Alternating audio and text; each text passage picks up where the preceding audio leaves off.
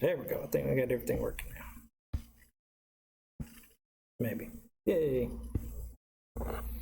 All right, so get a little bit to statistics here. Unfortunately, we get kind of the weak point of this class is we have a bunch of vocabulary.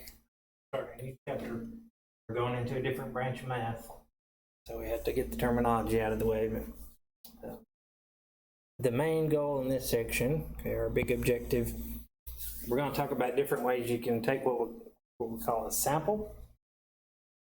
Talk about some of the basic sampling techniques, different ways you can collect data. That's going to be the bulk of this section. But before we get there, we do have some vocabulary to get through. So usually when you're doing a statistical study, you have some type of question that you want to answer. Usually you're asking about a particular group. It might be a group of people or a group of things. For us to have a good example, the textbook kind of sticks with this question through this section about which car gets the best gas mileage. We can collect some data and figure that out. So questions like that, if we have any kind of numerical, anything involved, and sometimes even things without numbers, we can do that with statistics. Okay? We're going to talk about collecting data and doing a little statistics here. So here's our gauntlet of vocabulary. Okay. The group that we want to know about, whether it's a group of people or a group of objects or whatever, what we call a population statistics. So usually just in English, when we say population, we mean living things, but you could be studying Teslas as they roll off the manufacturing line, and you want to make sure the quality is good there. So then your population would be all those cars. But it's the whole group that we want to know about, and the one we're interested in. Then if we collect some information, be familiar with this term everywhere, we have data. It's really, some people say data, and I get stuck in that sometimes, but it's really data. Okay? It's just information we collect. It's a big topic out in the world right now. A lot of fields of study are transitioning to what they call data-driven methodology. So we're collecting information and using that information to make our decisions. So as computers get better and better, we're getting a lot more data-driven stuff. Helicopter, okay, I wonder what that was. Got a helicopter flying over. And it even goes as far as you hear things like artificial intelligence and machine learning and things like that. That's based off of data. So those are really quickly growing fields right now, and has a statistics linked to it. Okay. One way we collect data, okay, is we can do a census. The thing that sets the census apart is when we do a census, we collect data from every member of our population we're interested in. Okay. That's the thing that makes a census is that we get information from every member of our population. So, at least in theory. So we just did a United States Census in 2020. The goal there was to go around and have every single person in the country answer the survey questions. In practice, we don't get all of them, but that was the goal. Pretty serious about it. Might not have noticed, but your parents might have done yours for some of you. I don't know. They 3 times. Yeah, okay, yeah, come not. They did. Like, we'll fill it out for you. They, answer these questions. They did. They come around to the door. Yeah, that was. Like, okay. Yeah, they have teams together trying to go to homeless camps and get information from them. Everybody, so they're pretty serious about trying to get information from everybody. All right. So that is a census when we collect data from every member of our population. And then the idea is that whatever we're trying to learn about our population, we can come up with a numerical description for that, and that's what we call a parameter. So maybe we want to know the average age of students at JSU. If we took all the data out of our database for students that were in the computer and figured out the average age, that would be a parameter. Something we could do. If you go to a bigger scale, finding a parameter is more difficult. And the only way you can get a true parameter is to do a census where you get information from everybody. So when you go to things like the United States Census, it's starting to get pretty hard because we've got like 330, 340 million people in the country. So get information from every single one of those is pretty difficult. That is a parameter. So since doing the census can be difficult, there are times when the numbers work against you, when you have a really big group you're trying to collect information from, like the United States, or maybe we wanted to know something about the average age of people on Earth. Right then you're getting really big numbers. So the numbers can work against you, or if you think about it, you got all those people knocking on doors, right? Think about how many people it had going around in the whole country knocking on doors. It's a lot of people on the payroll, so a census can be really expensive. And there are other reasons why a census can be impractical. So if that's the case, instead of doing a census, we take what we call a sample. And when we're taking a sample, it's just what it sounds like. We're just collecting data from a subset of the population. So with the sample, we're not trying to get everybody. We're just trying to get part of our group that we're trying to learn about. So we could, instead of having to get into the computer database here at JSU to figure out the average age of students, we could just go out to the quad or something and find like 100 people and ask them how old they are, and that would give us an idea of what they have. So that would be taking a sample.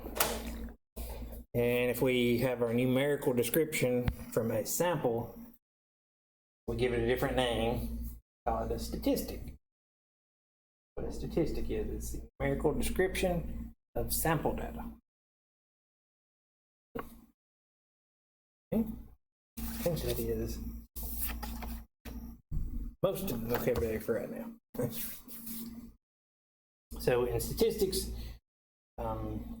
we have to be very careful about if we're talking about numbers from the whole population that we got with the census, or if we're just talking about numbers from a sample.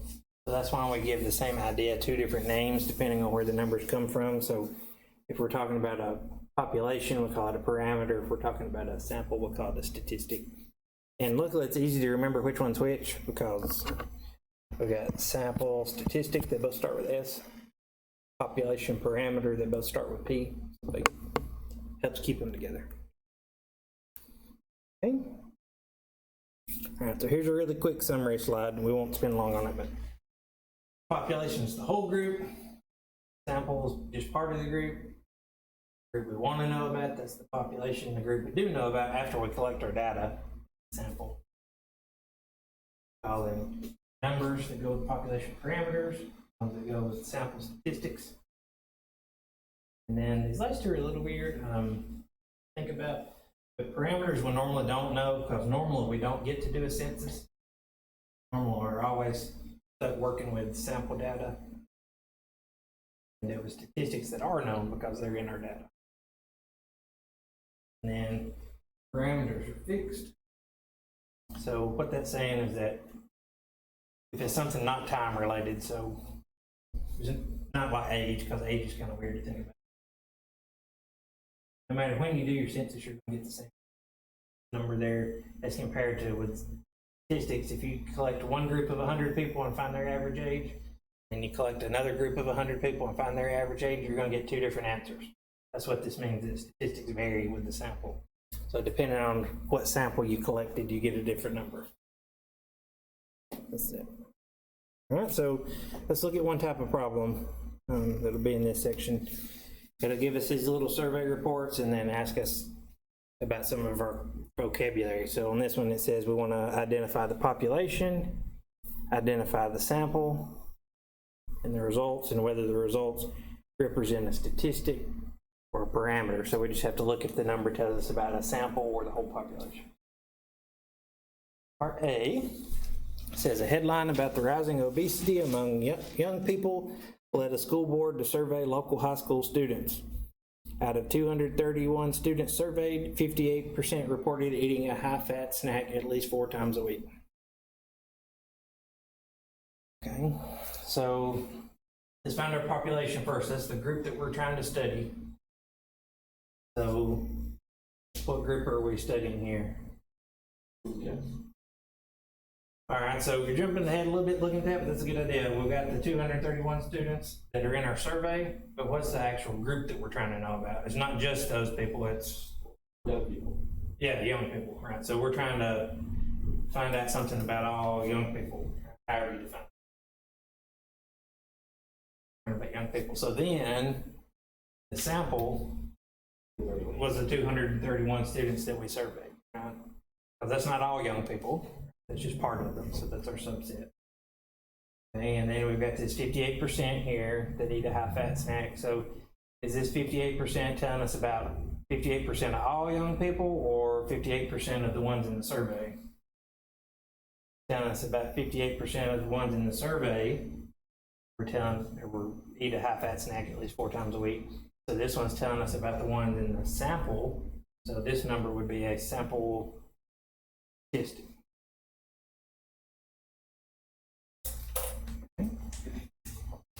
So the population there is all young people, the sample's the ones in the survey, and then that 58% is just telling us about the ones in the survey, so that's a statistic.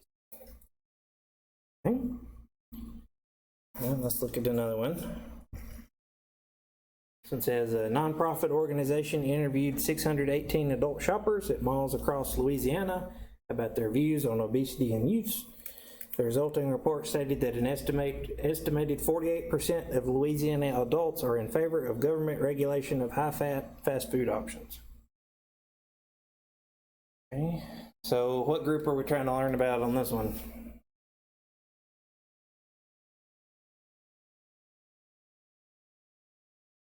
Well, the U's were on last one because that was the ones we're studying. What group are we studying here? Adults. Yeah, really adult shoppers. You could say Louisiana adults, but really we're being a little more specific. We're talking about just adult shoppers in Louisiana. At malls, maybe. Yeah, at malls. Yeah, specifically even more than that. It could be more. Okay. Then that's our population. Okay, and then what was our sample? The 618 shoppers that were interviewed. Our sample. Okay, and then now we gotta look see if what our number tells us about. It says the resulting report stated that an estimated 48% of Louisiana adults are in favor of this government regulation. So is this telling us about all Louisiana adults or just the ones in the sample? Telling us about all of them, right? It says that estimated that 48% of all Louisiana adults. 3%. Population parameter. Yeah, population parameter. So the population here would be Louisiana adults. The sample was 618 in the survey. And then this 48% tells us about the whole group, whole population, so it's a population. Yep. Okay.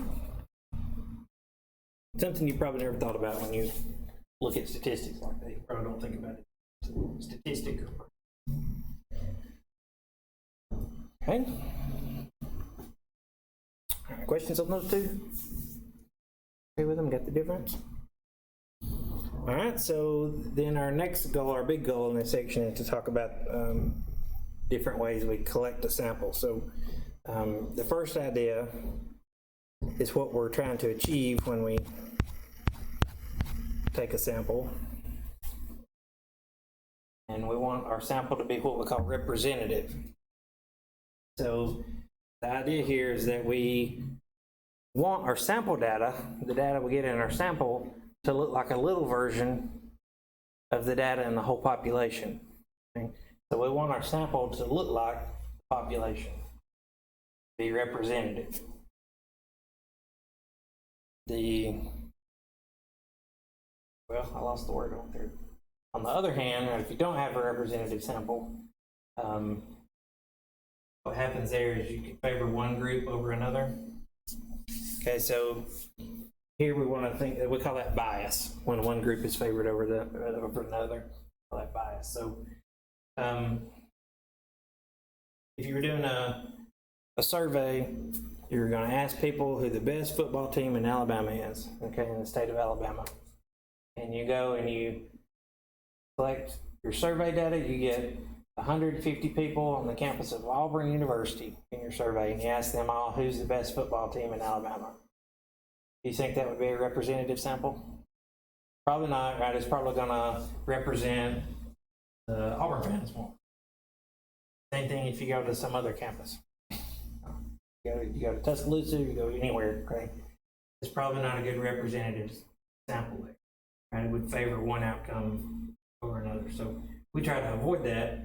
We try to get a good mix, okay, so that our sample data, where our sample data is coming from, looks like the whole population. It's representative sample, okay? One way which we try to do that, okay, is by taking what we call a random sample. And this is one technique we can use. So a random sample is what it sounds like.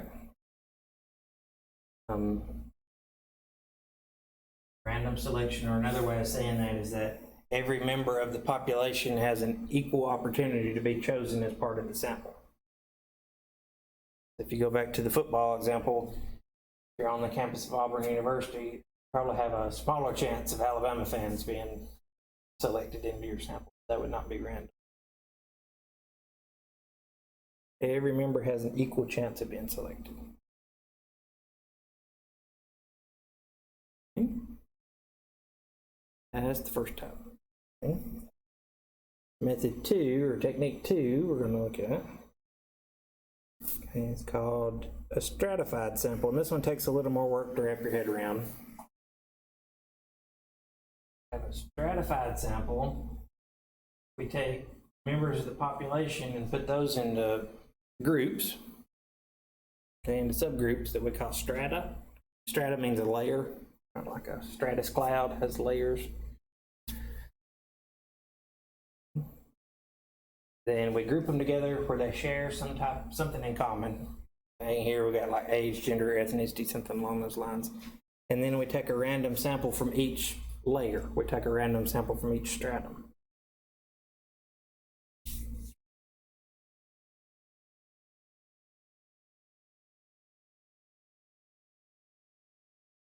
The stratified sample. We put the population into groups where they all have something in common in each group, and then get some of those. That way, like if we split it into age groups, and we take a random sample from each group, that makes sure we get some of all the groups in there. Like if we've got teenagers in one group, and 20-somethings, and 30-somethings, and 40-somethings in another group, and we take a random sample from each one of those, we've got somebody from every age group. Sure that, so stratified. Okay.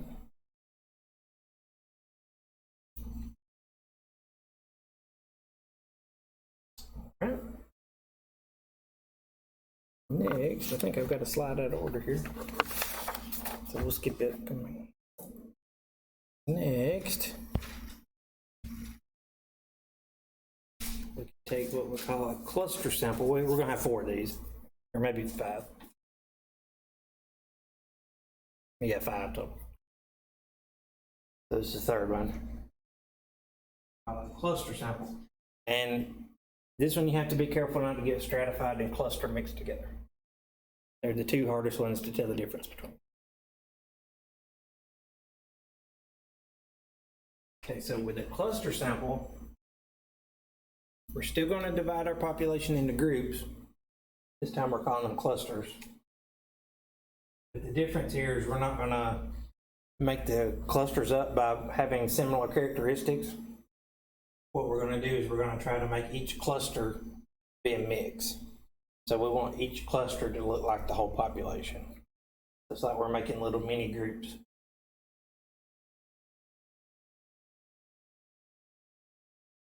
And then we treat it differently at the end. We make each one of the groups, and then we just randomly select some of those groups to be in our sample.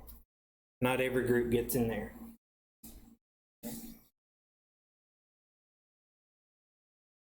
Not every group gets in there. So,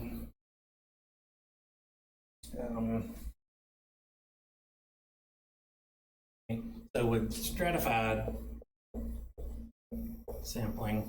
And we've got our population, and then we make each little group, and they're grouped together where they all have something in common. So all the circles, all the squares, all the triangles, this one. And then what we do is we randomly collect some of the data out of each one of these. That makes a stratified sample. With cluster sampling, each group's going to look similar.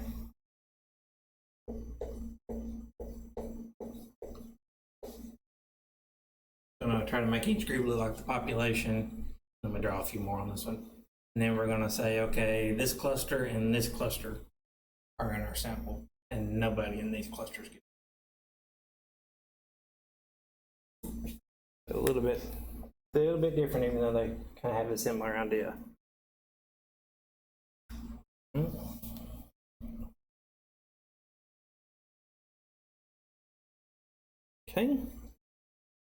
And then two more. The last two are easier. Okay, two more. Where are we on? Number 4. We have a systematic sample. And with systematic sampling, it's what it sounds like. We have a system. Okay, we have like some kind of rule that we're going to use to pick our sample. So, like you could say, every 5th person that walks into this grocery store, I'm going to take this survey.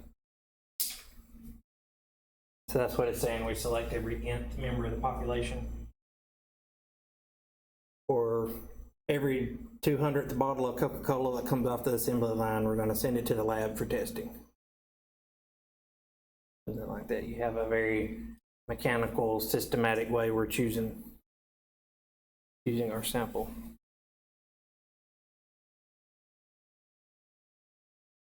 Okay.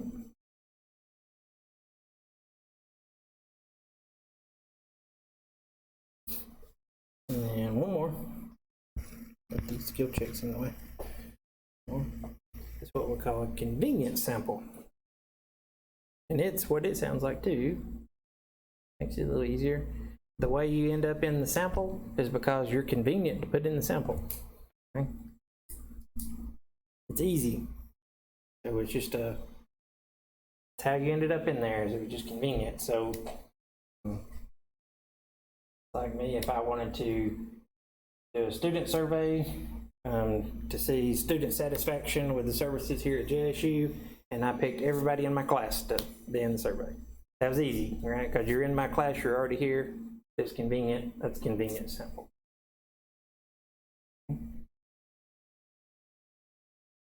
Or if I want to take a survey to see how easy it is for people to find a room in Ayers Hall, number, and I could sit in my office, and every time somebody walked by looking lost, I could just ask them. They just come by my office and say, "Hey, you have trouble finding a room?" That would be convenient. Not always the best way, but it is convenient. Okay.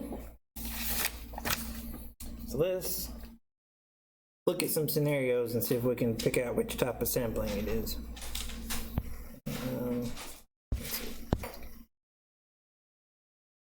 So we want to identify the sampling technique on each one of these. So part A says to conduct a survey on collegiate social life, you knock on every 5th dorm room door on campus. So you're going to go to every 5th dorm room door and then poll those people. What type of sampling is that? Systematic, yeah, because our system is we're just going to each 5th room.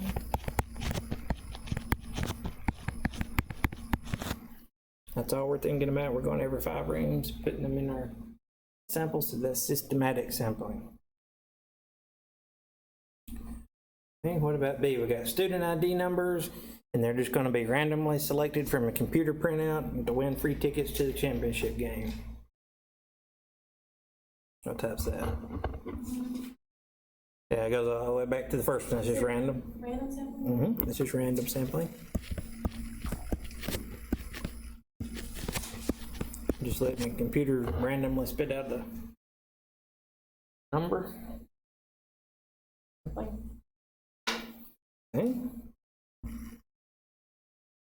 What what about C? It's a little trickier. It says fourth grade reading levels across the country were analyzed by the school board by randomly selecting 25 fourth graders from each school in the county district.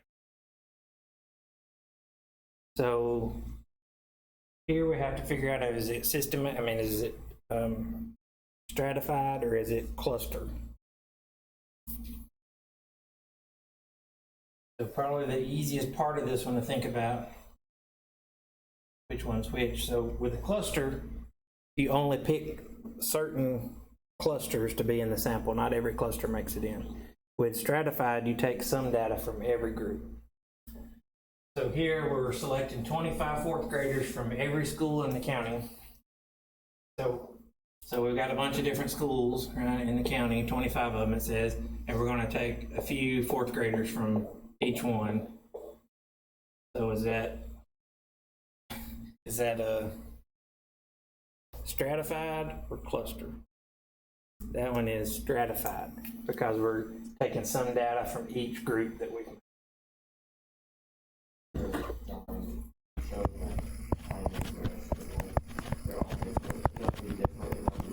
These are all different. I just didn't draw it that way this time. These are all different because everyone's a different school in the county, right? No, that's a good question. Yeah, that's a good question. Yeah, I just drew them out circles at time. That's the way we've grouped them together. We've got a group of fourth graders from school A, from school B, from school C, and then we're going to take that one's stratified.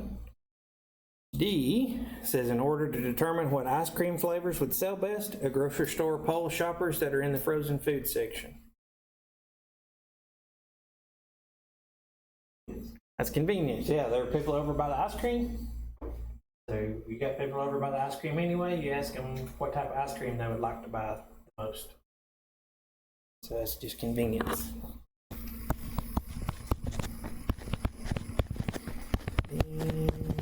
Is that right out for you? And last one, you can probably guess, but we want to know why, is to determine the average number of cars per household. Each household in 4 of the 20 local counties were sent a survey regarding car ownership. So here we've got 20 counties. That's how things are grouped together. And you can kind of say that each county probably has a similar looking population. So we got all these counties is how we have things split up. And we're going to pick 4 of them. So this county, this county, this county, and this county. That's our. So this one. And the rest of these are left out. So it's cluster. Yeah, it's a cluster. So that's the difference on cluster and stratified. Stratified, you take some data from each group. And cluster sampling, you just take a few of the groups. That's the main difference. There are a couple of differences there. What would be the little Coca-Cola Pepsi one? Coca-Cola Pepsi one. So, I'm talking about, right? Surveys, these. Yeah, surveys. Design surveys. Yeah, that's probably convenience. Probably convenient. Usually, get people coming through, right? Pick them. Yep. Or you could do it different ways. But... Okay. Questions on those? Really, the only 2 tough ones to tell the difference between the stratified and the cluster. If you get those down, the other ones come pretty easy to read. That's 8-1. Okay, just about those different sampling techniques. Then we got the vocabulary with the population versus sample stuff. Okay. So up next, we have 8-2, where we're going to talk about some different types of graphs. Which I don't know many people that get excited about talking about graphs, but I know they're not all that exciting, but they are everywhere. It's just part of life, getting information from some type of graph. So, the fancier way you can talk about a graph is you would call it a visual display of data. So, title of the section is displaying data. Okay. And we're just going to look at different types of graphs.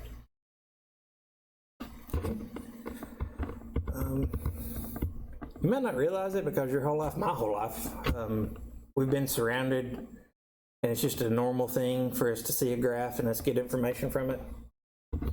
But it hasn't always been that way. Back in, I think, the 1700s is really when the first graphs started being used. So, as far as the history of mankind, it's a pretty new concept. Okay? We kind of take it for granted because we see them all the time, and it seems like more and more and more and more you get surrounded by these things. You can't walk down the hallway here without seeing a graph with some kind of information on it. Okay, so we talked about collecting our data. Once we get that, usually we want to communicate what our result was. And one of the most efficient ways to communicate that is visually.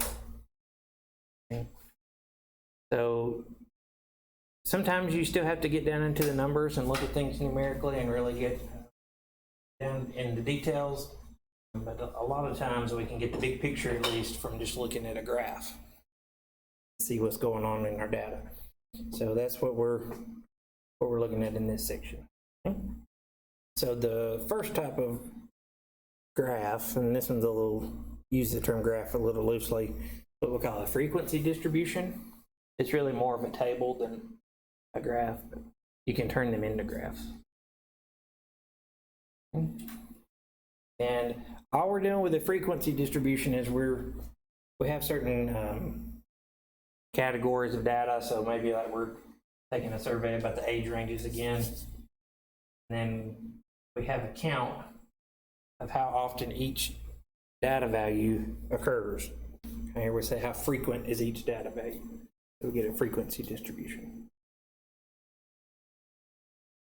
So let's look at one. This one takes up 2 slides, but we've got a frequency distribution here that shows the number of crashes with roadside objects along this state highway in Washington, and we got some questions to answer after we look at the table. So we got the different types of objects people crash into driving. Okay?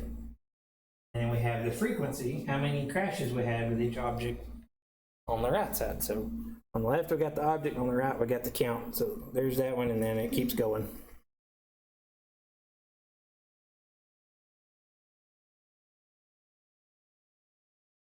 So let's see what questions we have here. It takes up 3 slides. Less mailboxes than I would have expected, because I see those run over all the time. All right, so part A says, what do the numbers in the parentheses represent? Well, that's not hard to get if you look at it, right? And it kind of tells us too. It's the percentage, right? So instead of just the count, this is just the count. So we had 42 crashes with a tree. And then the percentage here just tells us that's 11.32% of total data in the data. That's another way we can represent that stuff. B says, which roadside object was involved in the most crashes? Let's see. Go back to the beginning there in order here. So looks like the guardrail was the winner there. Had 57 crashes with guardrails, which is a little over 15.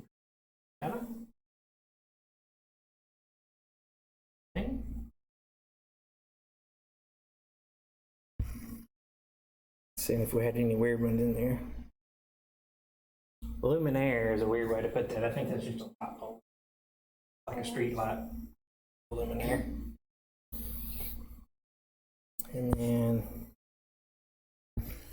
how many total crashes did the survey cover? How could we figure that out? It doesn't give it to us on the table. Well, if we had the percentages that, we're going to get 100%. You add the number. Yeah, we add the number. Yeah, we just had the counts up. We had the right idea. We just add the counts up, right? So we would do 57 plus 55 plus 42, and this is a big table, so I'm not gonna write it out and make you do it, but we could do it. Okay? Let's see if they've done it for us. A, B, 371 is what you get if you add all those together. 370. Okay. Alright, so just reading the table on that one, it's not anything too complicated.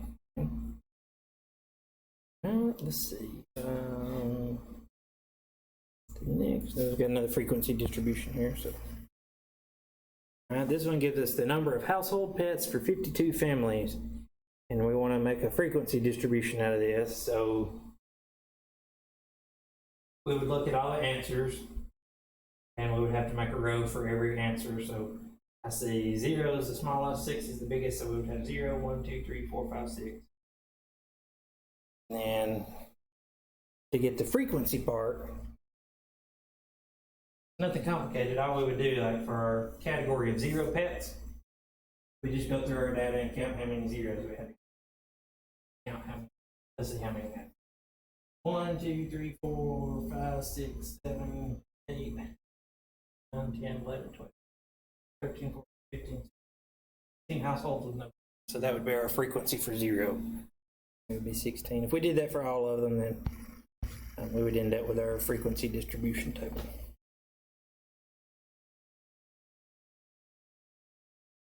All there is to it, we're just counting.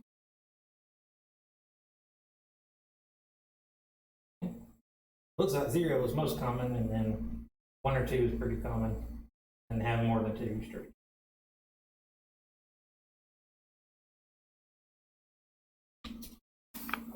Okay.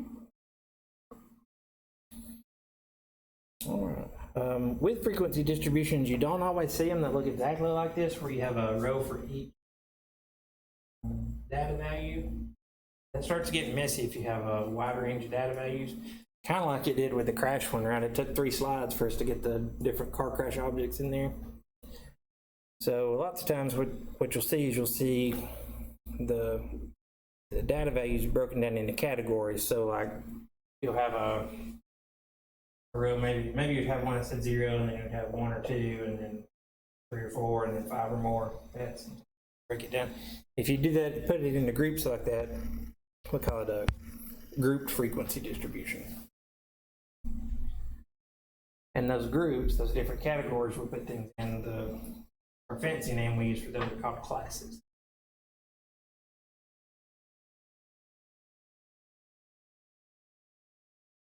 And I made a boo-boo coming up with mine because I forgot each class has to have the same width. Cover the same number of values in each class. You can't let them overlap. And then we're not gonna worry about on this last little bit of vocabulary.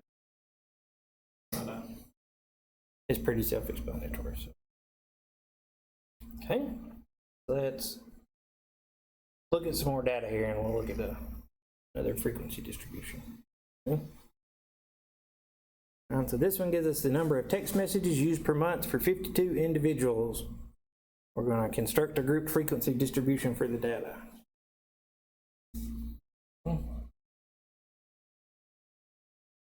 So there's all our different data values. I don't know how many different numbers we have in there, but it's a lot. So here it's not super useful to have a row in our table for each individual number. Right? We're more kind of concerned about how many are in this range of values, how many are in this. Because if you just do a regular frequency distribution, you're just going to have a lot of rows with 1s in there probably. There might be some you have 2 or 3, but so to get a better picture of what's going on, we would group these into categories, into classes. So here they've broken it down into 6 different groups, different classes. So the ranges they did 130 to 179, 180 to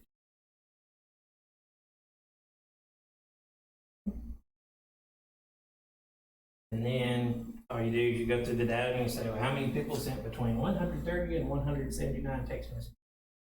Count how many fall in that range. Not that much different.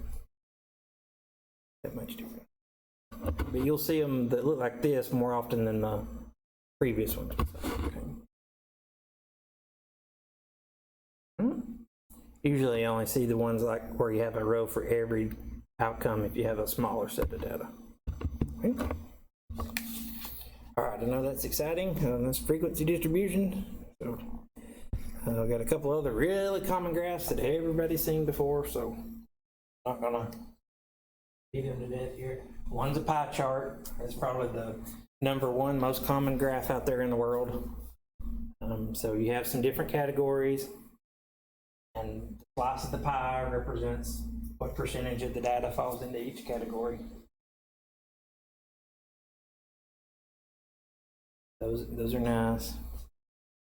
And then we can do the same thing. Instead of making it into a circle, we use bars.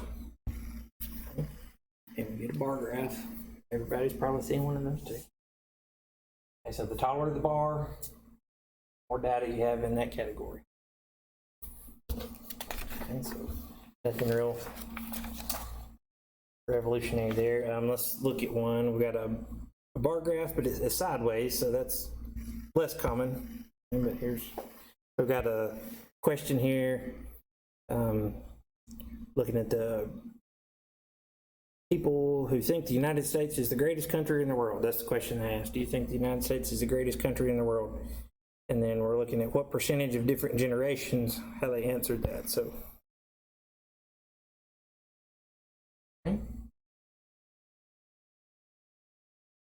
Graph's getting a little old. It ends with millennials. We got the silent generation, and we got the baby boomers, and Generation X. Change of adults. The United States is the greatest country. So, as far as how the graph is made, nothing real remarkable there. Just the longer the bar, the higher percentage of people in each one of those.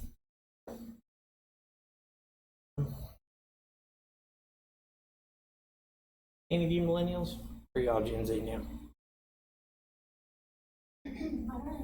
Yeah, and it depends on where you look, what numbers you get. What years are normal? Yeah, it kind of varies I think on. Gen Z's, I've been seeing 95 to 96. Yeah, so it kind of, Millennial. yeah, kind Gen of Z. depends on who you ask, what answer you get there. They're not real definite there. Some places call me millennial, and then some places would call me a young Gen X. And there, I think the definition that makes the most sense to me, at least in the United States, has really been start Gen Z. People was born in like 2000, 2001. That's what I was thinking. Because then they're saying it's people that don't remember 9/11. Born after. He's only got him as, I think, 95 to 96. Every year. Yeah, it's kind of, yeah. And then really, if I read like, the stuff associated with millennial, stuff associated with Gen X, really if you get down to it, there's one, they call it a micro generation.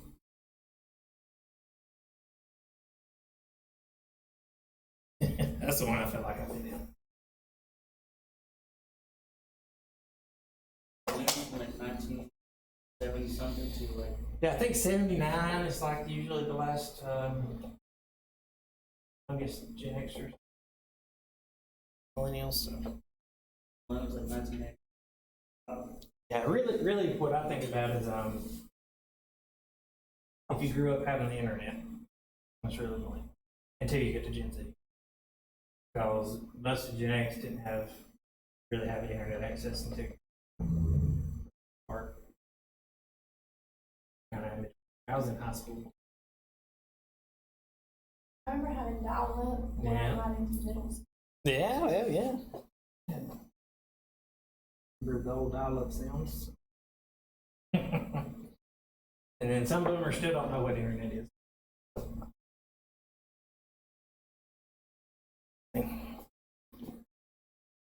Anyway, I don't know when. So, silent generation was a generation that fought World War II, and boomers were there. I'm not. 30s and 40s. Right after Mhm. World War II. And then I don't know the years before that. We don't have a whole lot, but the generation that fought World War I, called greatest generation. So the names are getting worse. Greatest generations, and the silent generation is kind of stoic, good. Baby boomers getting, and Gen X that's just short, and millennial doesn't really have any meaning to it really, and then Gen Z, who knows what that means? I guess because to start with, they call this Y. That's a rabbit trail there. Okay, so let's look at the question. Is which generation has the second largest percentage of approval? So that's easy to answer. We just look to see which one has the second longest bar. Yeah, so that would be baby boom.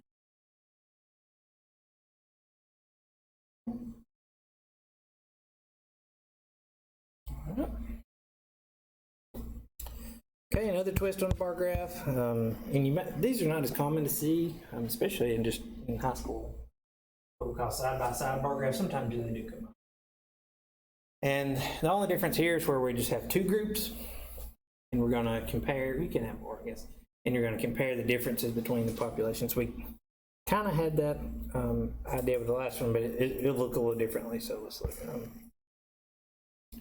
We got this big technical document here where we're looking at these medical ratings for different cancer statistics. I don't think we have to understand all that to read the graph.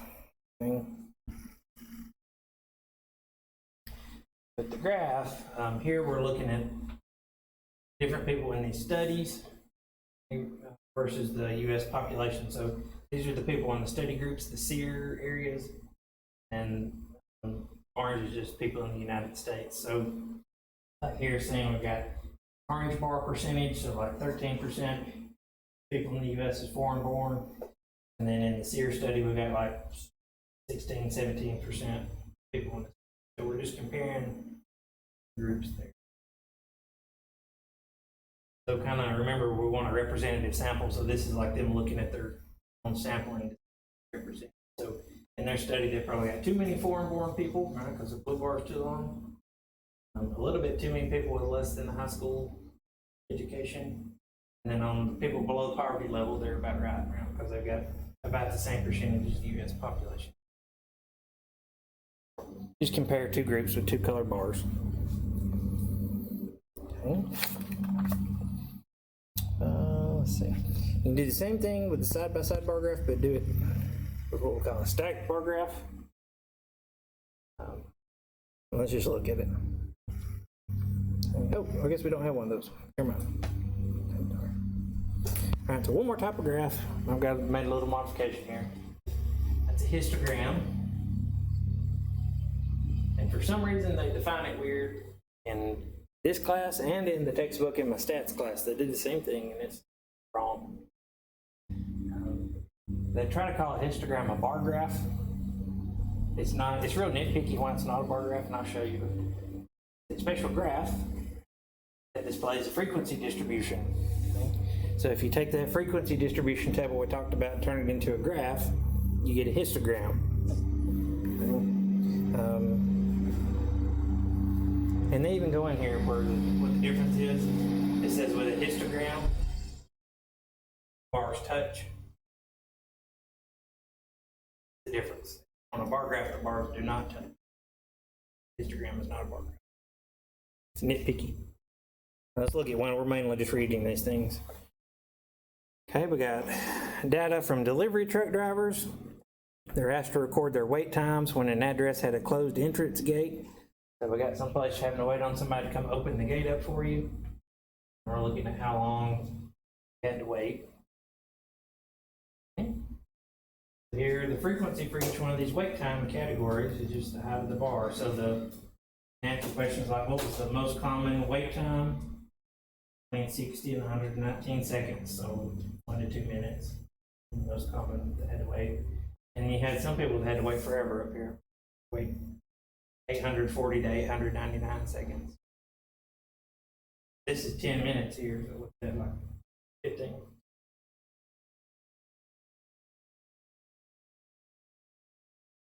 Histogram. Let's see if it gives us questions.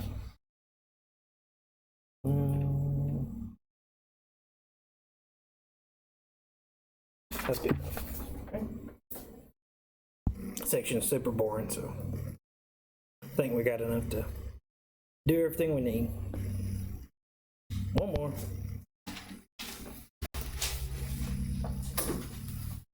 Okay. And this is really the only section in this chapter where we have some calculations to do, and they're not going to do anything too. Kind of a nice chapter if you're not a calculation person. Okay, so here we're going to describe and analyze our data a little bit. We can show things on a graph, but it's also good to have numerical descriptions of what's going on. So we're going to have a few we're going to look at. We're going to look at what we call measures of center. And then we're going to look at range, standard deviation, percentiles, and quartiles. And these are just different numbers that tell us about our data. We'll talk about each one as we get there. So the best place to start usually is normally when we're trying to describe what our data looks like. We want to talk about where the middle of our data set is. So it's a good indicator of what things look like. So to do that, we have what we call measures of center, and we have 3 of those. You probably heard them before. We call them mean, median, and mode. Heard those? Mean, median, okay. If not, it might come back to you. I remember, so that's where we're going to start. And the first one we're going to look at is called the mean.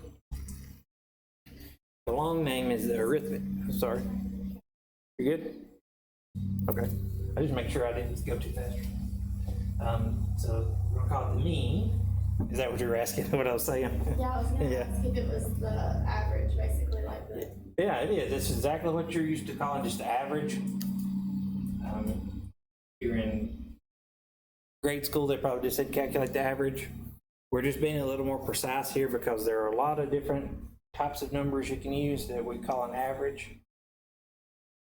And really, there's more than one type of mean. But every time we say the mean in here, we're going to mean this one called the arithmetic mean, and that is the one that you're familiar with. So to calculate the arithmetic mean, we just add all the numbers up and divide by how many we have. That's what the formula is telling us. Each data value is an x, so it says add up all the x's and divide by how many you have. This is the average. If we're doing that for a population, we take all the data in the population, add it up, divide by how many we have. The population mean, and we have a symbol for that. This is a Greek letter. You may know what Greek letter that is. It's lowercase, so not a lot of, even some of the Greek people don't get the lowercase. That is the Greek letter, so here's how I draw mine. And you can say it 2 different ways. You can say moo, like a cow, or mew, like a cat. So, yeah. And the way you write it out is So most math people I know call it mew. Some people call it moo. So you can go, you just decide you want to be a cow or a cat. Just go with it. Okay? And it just looks like a U, but it has that extra stick on it. It's the Greek version of M. I'm gonna use it for mean, even though it looks more like a U. You can kind of see how you get an M out of it. You wrote it really fast. So, and remember, in stats, we're real specific about if our numbers come from the population or if they just come from a sample. So if we're just dealing with sample data, the math is exactly the same. It's still add them up, divide by how many you have. But here we use a different symbol. And because there are so many x's, instead of just using an x, we use this special x that has this bar over the top of it. And we read that X bar, real creative. X bar. So mu or X bar represent the mean, depending on if it's sample or population.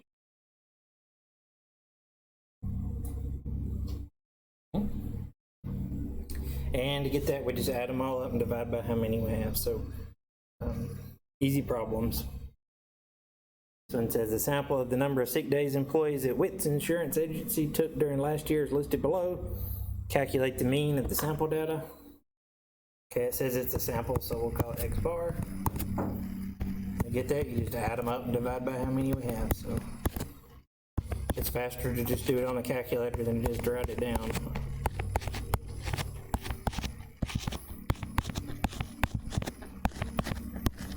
We're going to divide that by 1, 2, 3, 4, 5, 6, 7, 8.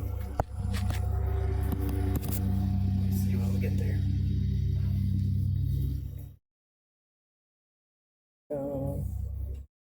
I have 65 cents. Like it's on the phone. Okay, let's see. 14 plus 5 plus 7 plus 11 plus 9 plus 7 plus 12 plus 6 divided by 8.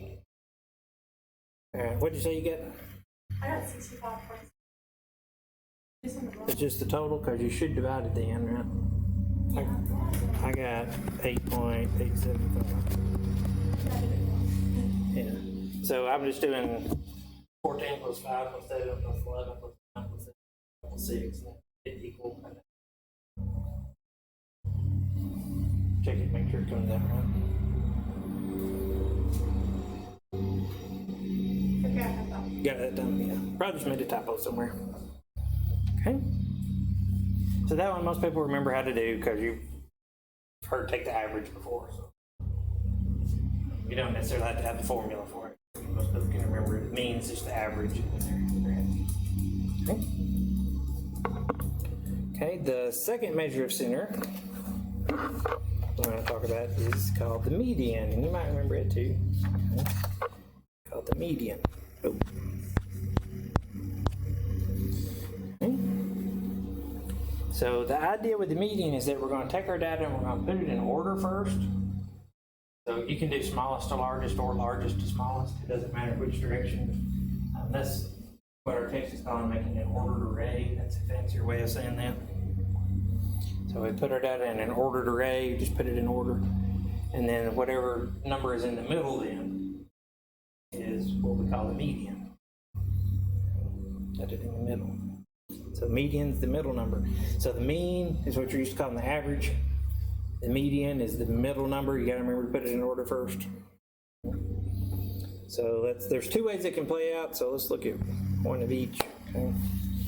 This one says, given the number of absences for samples of students in 2 different classes, find the median for each sample. So priority number 1, most common mistake people make when they mess these up is forget this. We got to put the data in order. Okay. So 2 is the small. I'm doing smallest to biggest. You can do it the other way if you want to. So 2, 3, 4, 6, 7, 8, 9. Okay. There's my data in order. And then we want the middle number. Oops. I don't know why that zooms sometimes when I tap. Okay. I'm getting old, I guess. We want the middle number. This one is, since we have so few data values, you can pretty much just look at it and see what number is in the middle. What's in the middle? 6, yeah. If it's longer, yeah, and you have a list this long or something, yeah, then one thing you can do is just go back and forth, just cross the numbers out on each side. And so our median is 6. Okay. So that's one way finding it can play out. And that the reason why we had a number exactly in the middle is we started with an odd number of data values. The other option is like B. So we take B and put it in order. Let's see, we got 1, 4, 5, 8, 8, 9, 9. I missed 7. 7, 8, 8, 9, 9.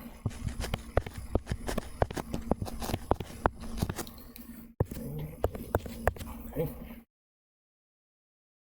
So now if we do our little trick where we cross numbers out on each end, one on that end, one on that end, left, right. If we do it one more time, we're not going to have anything left.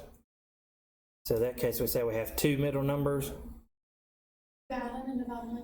That's it. You got it. Yeah, so good. So whatever 2 numbers we have left in the middle, We add them up and divide by 2. So here we get 7.5.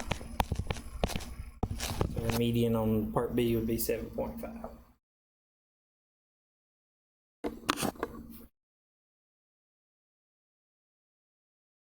Those are the only two options. Either you have one exactly in the middle, that's the median, or you have two numbers in the middle, you add them together and divide by 2.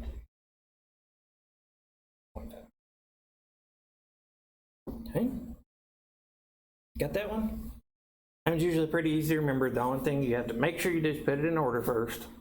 I know it sounds silly, I'm saying it so much, but it's because I see people that don't do that all the time. Okay. Oh, I already had them in order. And the last measure of center we call the mode.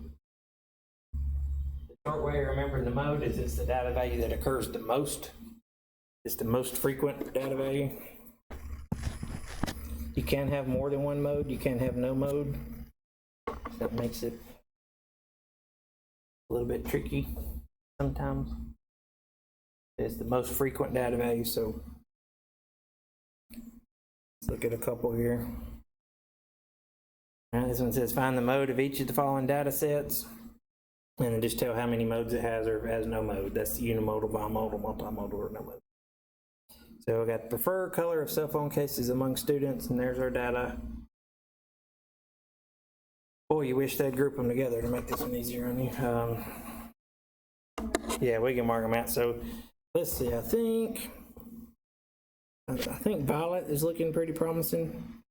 I see one. Let me get a different color. Let's see 1, 2, 3, 4, 5, 6, 7, 8, 9, 10 violet.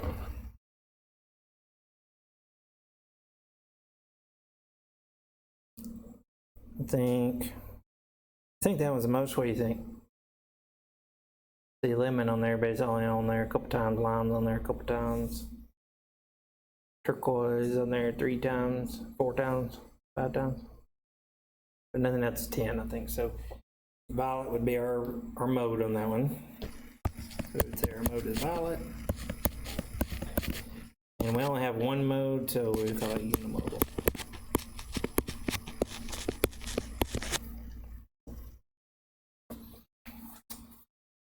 Okay. Let's look at B. B's got some favorite football jersey numbers. What do you say with that one? This one's a little easier to look at. Not great, but it's a little bit better.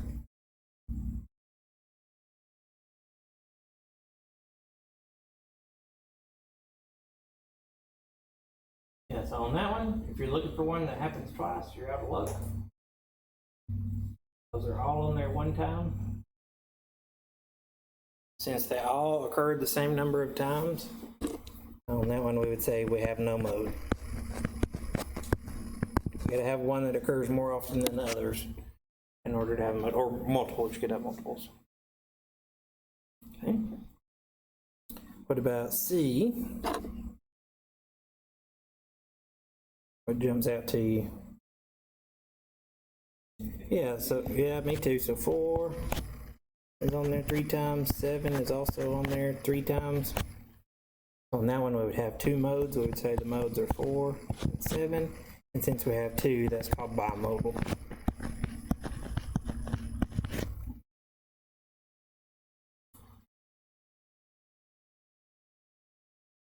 And then what about D? D's tricky.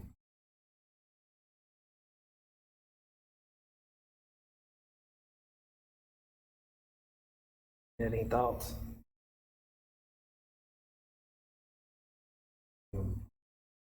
Do all occur the same number of times. So the tricky part here is tempting. Say we have 4 modes, 10, 13, 9, and 14. Multimodal will have 4 modes. But it's not. This one is no mode. And the way you can be sure is that if we said 10 was a mode, 14 was a mode, 9 was a mode, 13 was a mode, we don't have anything left. So in order to have a mode, you have to have some other data that's not part of the mode. And like on C, we had all these numbers. We had 3, 5, 6, 10, 8, 2, 12 that were not part of the mode, so we had a mode. But on D, everything can't be part of the mode. So if all the data values occur equal number of times. Okay. And then let me just give you one more kind of mind-bending one. Okay. I'll do it up at the top. What about that one? 1, 1, 1, 1, 1.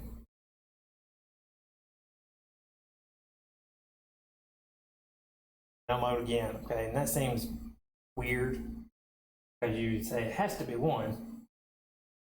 But if you go by the definition, we don't have anything left over, so there's no mode on that one. So I'm not going to try and trick you on those, but just be aware.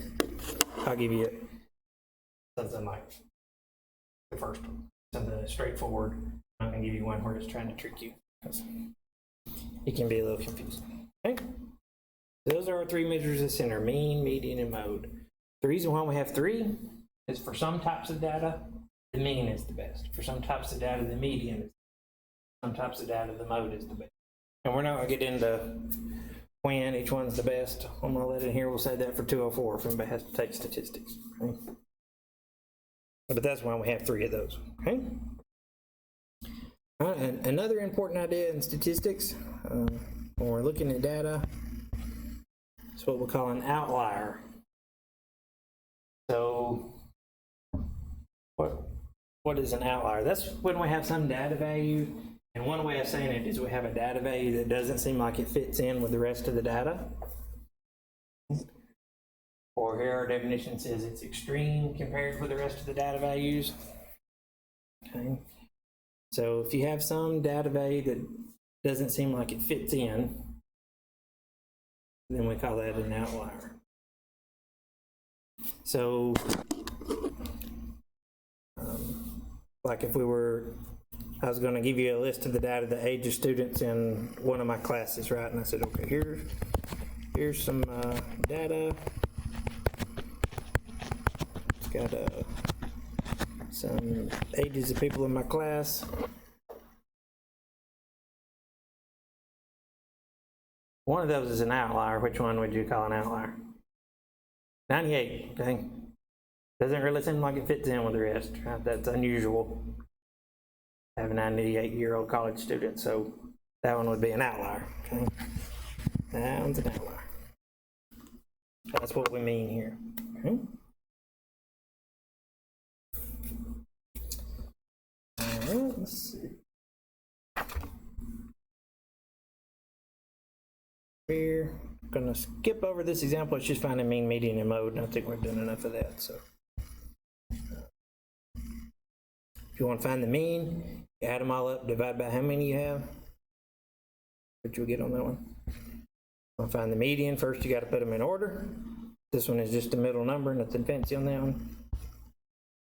And then the mode's on there more than anything else. So, mode was 15 on that one. The mode's on there twice. So, okay.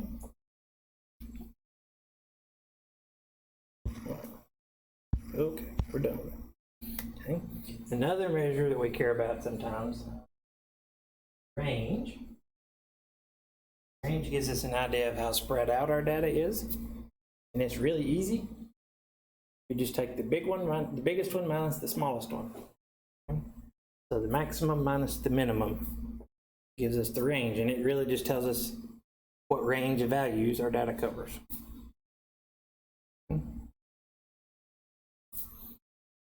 Really easy one here.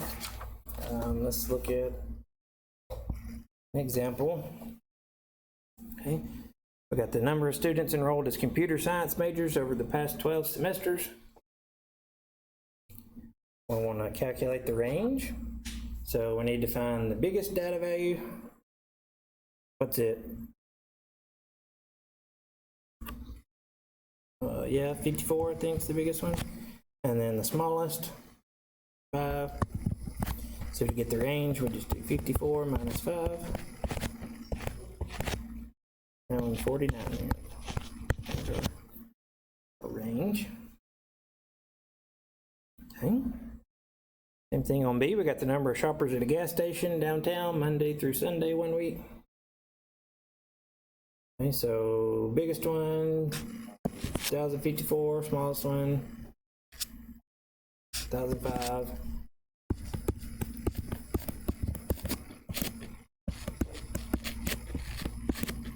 I don't know why they gave us numbers that came up that way. Look at 1,049. Not 1,049, we'll just get 49 now, I do know how. 49, sorry.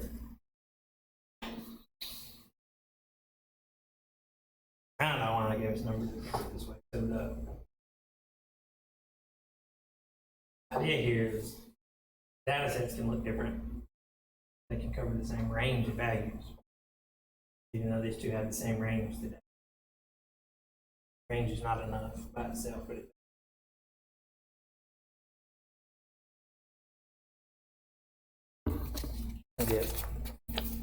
forget what we talk about in here and what we talk about in stats sometimes. So I had stats class right before this, and we talked about this stuff a couple weeks ago because the semester's so short, so it's all confused. Okay. One more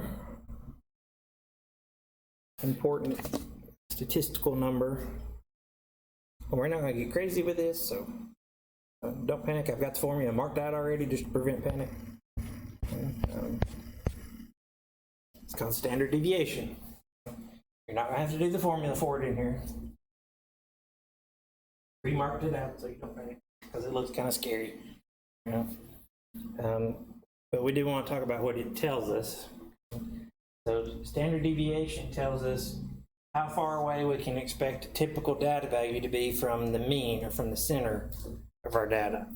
So it's kind of like an average distance of our data away from the center of the data set.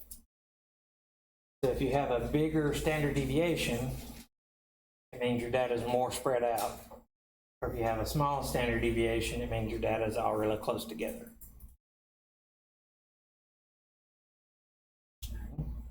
And we are going to look at the symbols real quick, but we're not going to worry about the formula. So Which one did you say?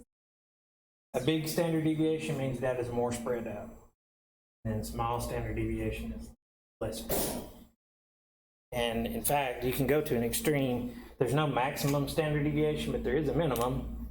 The minimum is 0, and that happens when all your data values are the same.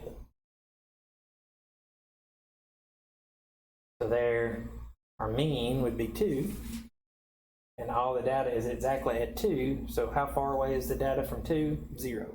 It's all right there. So this would have a standard deviation of 0.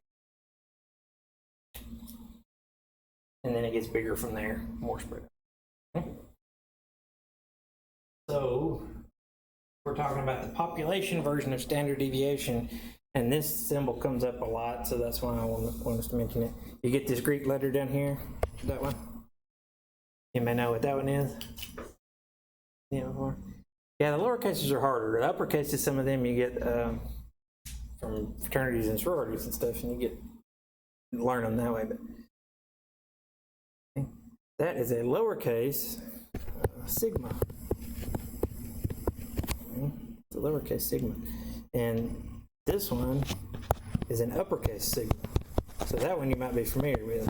That one you get used in fraternity names and stuff like that. But the lowercase sigma looks like, I call it an O with a hat. It represents population standard deviation.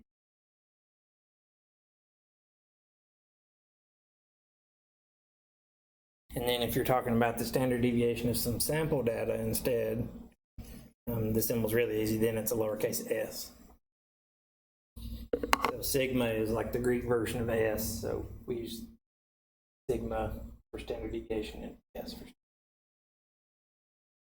Most of the time what we do in stats is if we're talking about the population, we give it a Greek variable. And if we're talking about sample data, we give it just a regular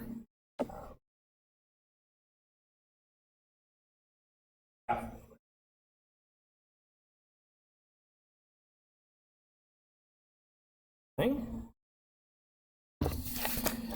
So, we're not going to calculate standard deviation, but we are going to use it just a little bit. We have this thing called the empirical rule. We're not going to get crazy with it. I have three things to remember here. Empirical rule tells us that if we have a bell-shaped distribution, this is what we call a bell shape. It gives us an idea of what percentage of our data is within so many standard deviations of the mean.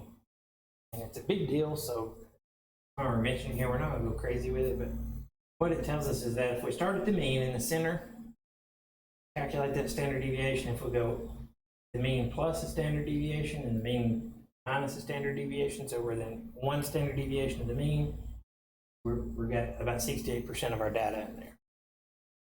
So that's the most common place for data defaults. If we do the same thing, but we go out two standard deviations, so the mean plus a standard deviation plus another standard deviation minus a standard, another standard, and 95% of our data in there, so almost everything's in that range. If we go out three standard deviations, we're up to 99.7%. So one point of it, it's got a lot of applications. One point of it is that if you have a data value that's more than three standard deviations away from the mean, that's really unusual.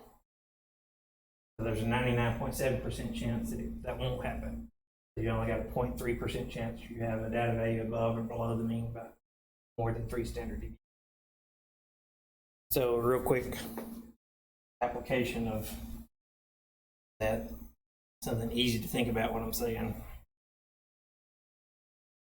Most IQ tests vary a little bit from test to test, but for most IQ tests, they set it where the mean is 100 as the average IQ. And usually, and it does depend on the test, but usually the standard deviation is 15. So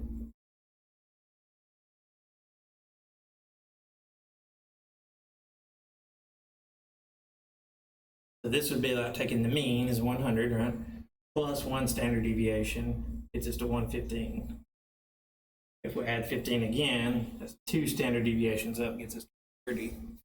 We do it again, that's three standard deviations up, gets us to 145. So if we have somebody with an IQ of like 185 or something, right? Like you read in the news, right? You got somebody that's got an IQ of 185, then that's way over here, right? I really don't have enough room on the board.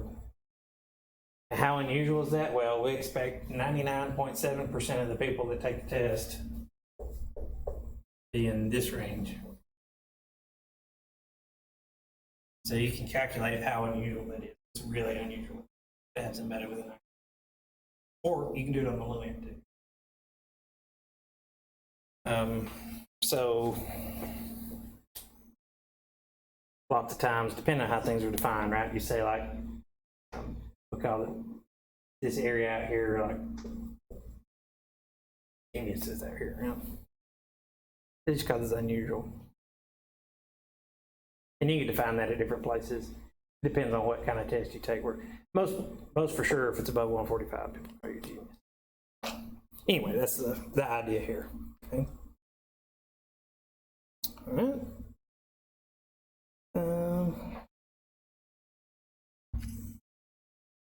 So come back.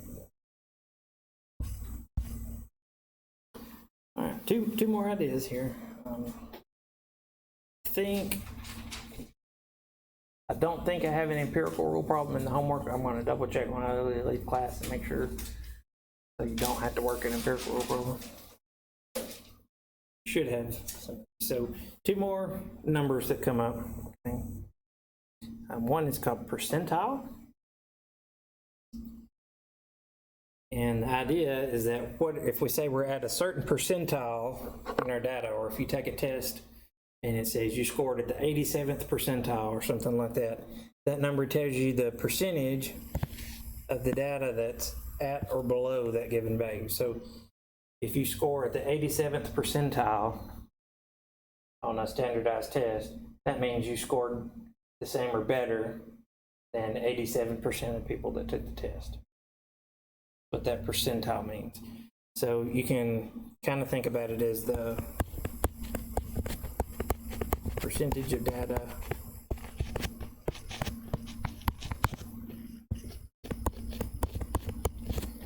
less than or equal to that number.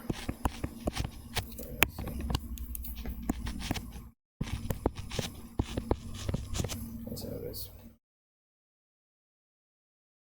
at or below, less than or equal to. Okay, so just another way of writing the same thing.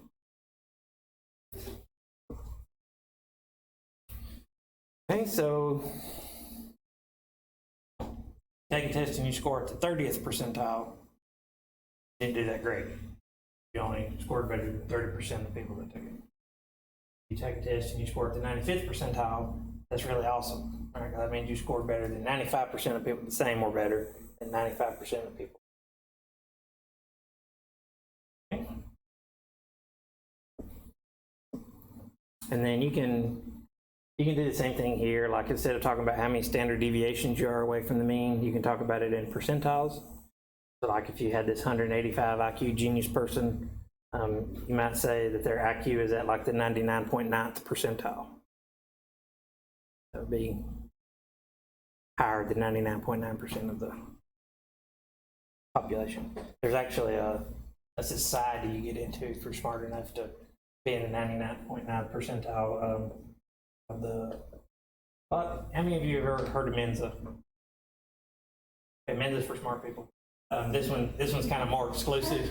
No, I don't mean that's why you haven't heard of it. I mean, I'm not in Mensa. Okay, it's just a club for high IQ people. Okay, but there's this other one that's a little more exclusive called the 999 Society, and that's because they're people whose IQ is at the 99.9 or higher. That must be nice. Maybe. Usually you start getting up in here, people start struggling really. So it's almost parts of things are nice, but it's almost a handicap. Like you're too smart. Yeah.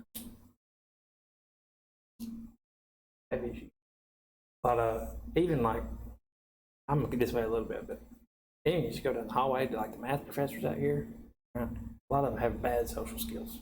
Okay, it's just a it's just a thing. Probably professors in just about any department you're in. You start getting weird when you get too smart. I don't think I'm that weird, so that tells you something about where I'm ranked at on the list of smart people around here. Anyway, that's percentile. Okay. And we have a special set of percentiles. Well, here's a quick slide. Sierra received her score from taking the mathematics placement test. Choose the best explanation for what it means for her to be in the 61st percentile. So we got 3 of these that are wrong. Okay.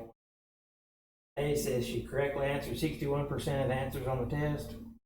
Not it. That would just be a score of 61%. B says 61% of people taking the test scored the same as Sierra. That's closer, but that's not quite it. C says Sierra's score was at least as good as 61% of the people taking the test. That's the one. D says Sierra missed 39% of the test question. That means she scored as good or better, or another way of saying it is at least as good as 61%. Okay.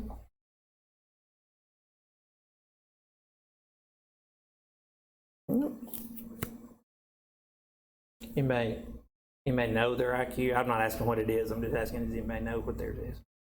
Most people don't. Yeah, and you can't like go on. You can't go on like Facebook or something and because you do those things online and they're like, oh look, you scored in 140s because it's trying to make you feel good. Yeah. My dad would be like, oh, I was smarter than I thought. You know, it's crazy stuff. So, all right, but last thing, and we'll be done. We have special percentiles that get talked about more often, and because you'll see why, okay, that we call quartiles. Okay, they have a weird name, but the reason why they get the name quartile is because they split the data into quarters and they're percentiles. So you combine percentile with quarter, and you get quartile. So the first quartile is just the 25th percentile. It tells us what value in our data. The percentile quarters. Yep, that's it. That's it. So we just combine the names and get quartiles. So if you're at the first quartile, that means 25% of the data is less than or equal to that value. It's like the first 25% of the data falls below the first quartile. The second quartile is the 50% mark. Half the data is on one side, half the data is on the other. Third quartile is at 75%. And we shorten them to Q1, Q2, Q3. And Q2, we actually already talked about, but we called it something different. What would this value be? We got 50% of the data on one side, 50% of the data on the other side. What you got? Is the median? Yeah, very good. Yeah, a lot of people want to say the mean. Sometimes that's true, but it's not always true. It's always true the median, right? Because it's the middle number, right? So half the data is on one side, half the data is on the other side. Good. So lots of times instead of seeing Q2 or second quartile thrown in here, you'll see Q1, median, Q3. Median is the second quartile. Okay? So here's a picture of what's happening. We're just kind of, the lines are data set, we're just splitting it into 4 chunks. It takes 3 numbers to do it. Have to cut it 3 times.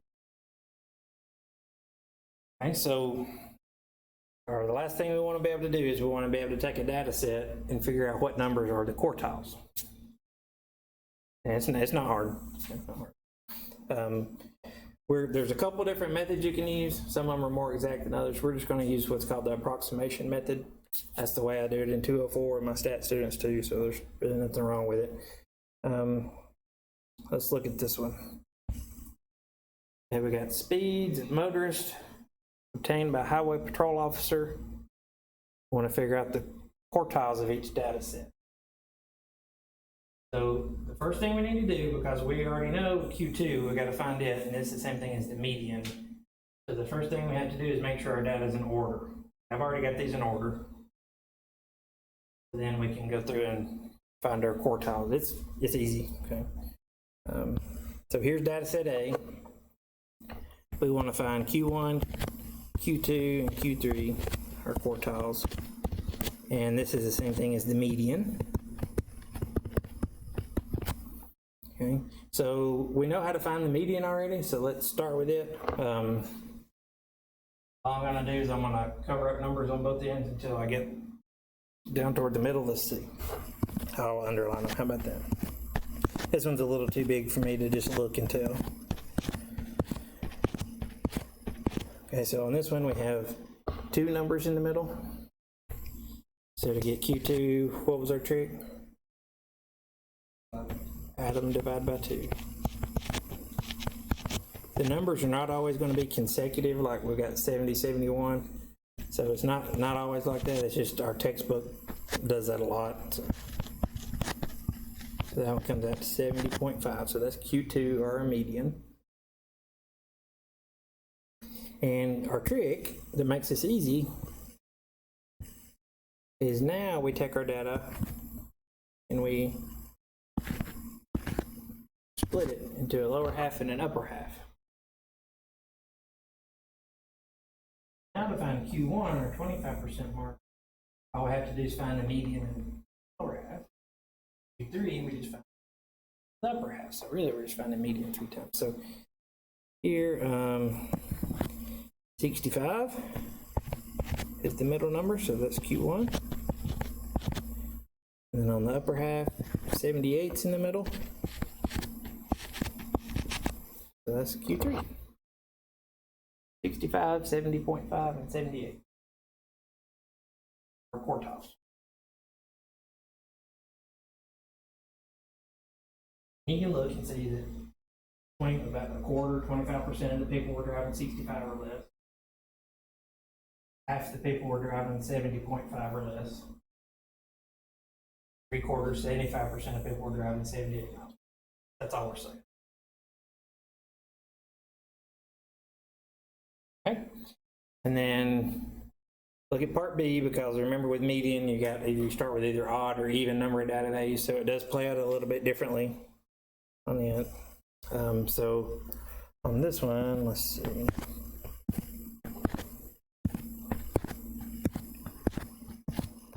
Should have one number in the middle, and it's that particular value of 75.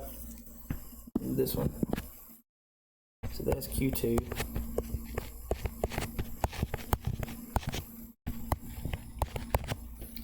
And the only thing that's any different is we have a little trick. Since we've already used that 75 when we split our data in half, we're going to leave that 75 out because we've already used it. So now we'll have this part and this part. We don't include the number we've already used. Okay. So that makes it work out where we got 67 down here, it's Q1, and 79, Q3.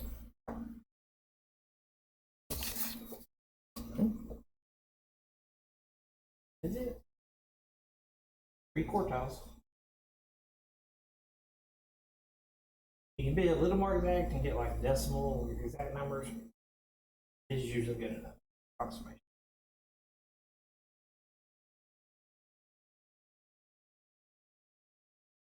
Questions on those? Not bad, right? And it sounds fancy. You say, I found the quartiles of a data set. That sounds like you did something really hard, so it's not that bad. All right, well, that's it for chapter 8. Okay, we're winding down. We got 2 sections of financial math to trudge through on Thursday. Yeah, if you have a calculator, probably you want to bring your calculator Thursday, just so you can get used to how you need to enter the formulas in on it, because that's really, financial math is really just formulas. I'll give you the formula sheet, but you just need to know how to punch them in your calculator. That's it. I'll see you Thursday.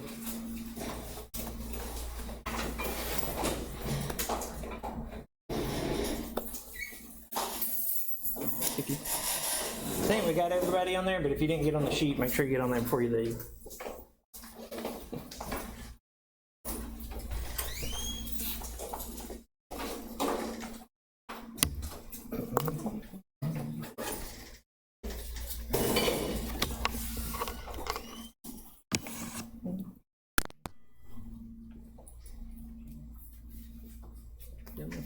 Have a good one.